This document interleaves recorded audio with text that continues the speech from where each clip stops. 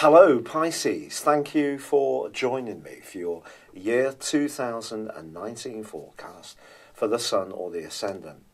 On November the 7th last year, the North Node, the point of destiny, moved into Cancer, which is a fellow water sign like yours, but it's in your 5th house.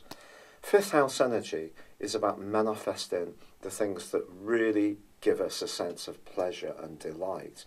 So this is about creativity, it's about fun, it's about children if you have them or want them. It's also about your ability to showcase your talents. And the North Node is the direction of travel. Now it's most important in a personal horoscope, but in this generalistic sense, through to May the 20th, 2020, the North Node is encouraging you to really demonstrate to the world just how talented you are. And the solar return in your horoscope, your solar horoscope, at the start of this year is also showing up some very positive influences too. Mars is punching through into the sign of Aries at the turn of the year, suggesting right through 2019 you can literally be on the money. You're going to have a real sense of drive and determination to improve your lot. Also, Jupiter, the planet of growth, of optimism and good luck, is in your sector of worldly interaction.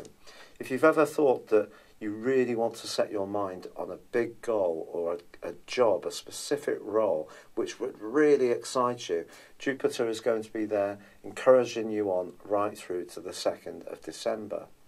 But Mercury, the planet of talk and thought and how we think and articulate ourselves, that's also in Sagittarius at the start of this year, but it's angling to Uranus, also in your sector of resources.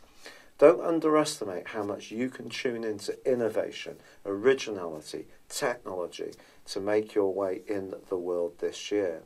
Venus, the planet of love and affection, is in a beautiful zone, one which sees you wanting to connect with someone at a soul level, a more philosophical connection, perhaps through travel, someone you encounter overseas, or in an existing relationship. Try to find ways to reinvigorate the tie by a change of setting and being more spontaneous.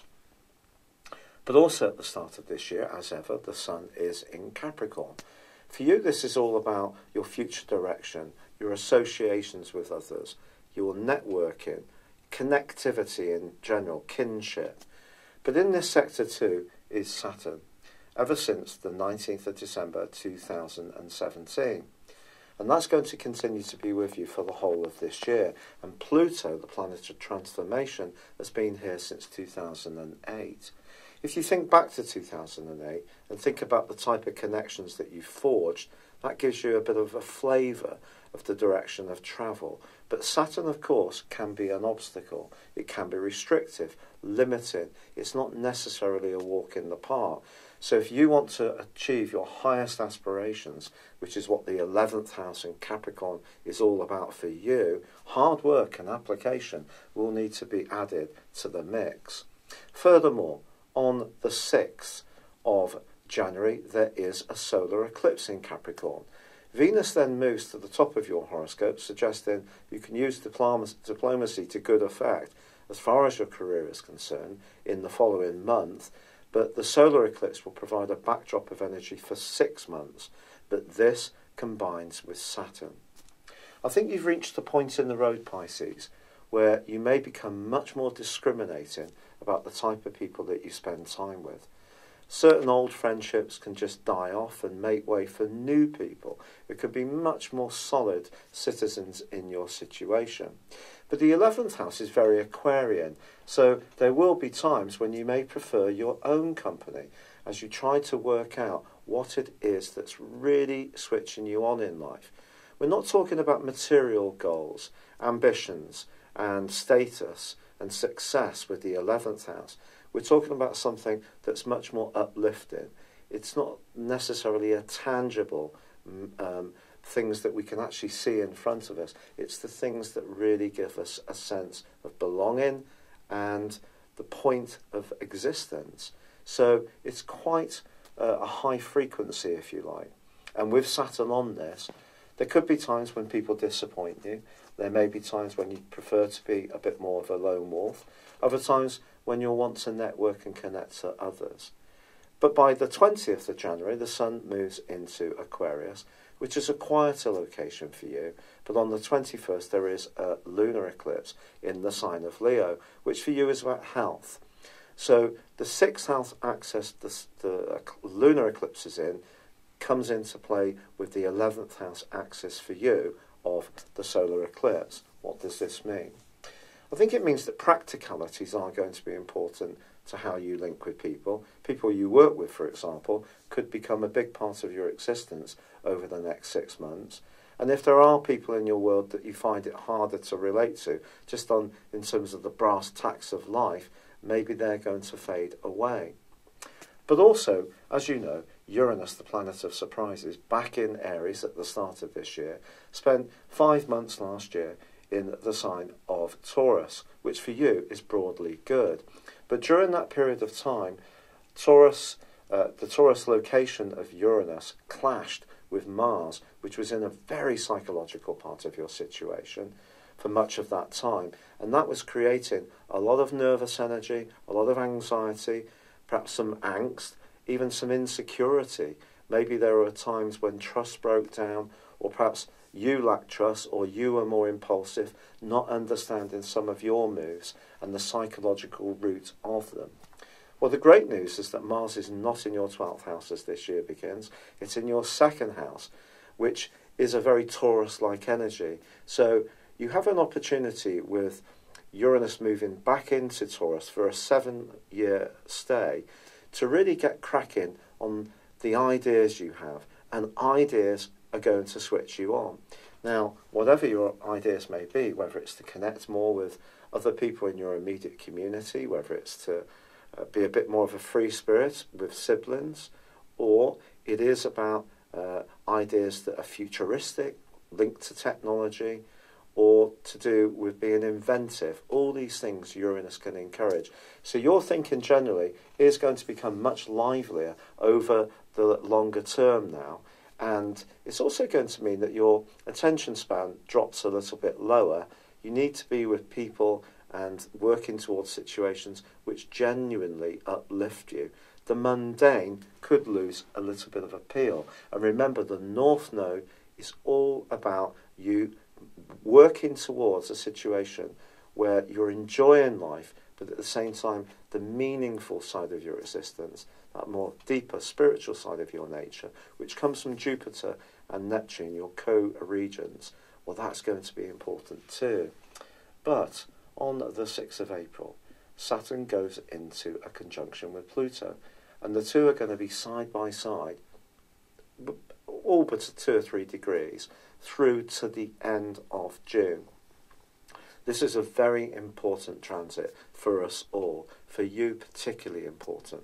Saturn is structures. It can be about building them, and in your case, friendships, associations, ideals, or it can be about tearing them down. So if your ideals don't necessarily mix well with the people that you are hanging out with now, that can lead to limitation, distance, coldness, because that's what Saturn does. Obstacles could come up in the path. And with Pluto about transformation, the two working together is a very passionate combination. It could see you, if you're a very futuristic person and you have very strong opinions on things like global warming, environmental matters, it could see you really joining in with some kind of group or wider slice of society which helps you to feel that you're part of something that has a real big meaning. But Pluto can be very positive for us.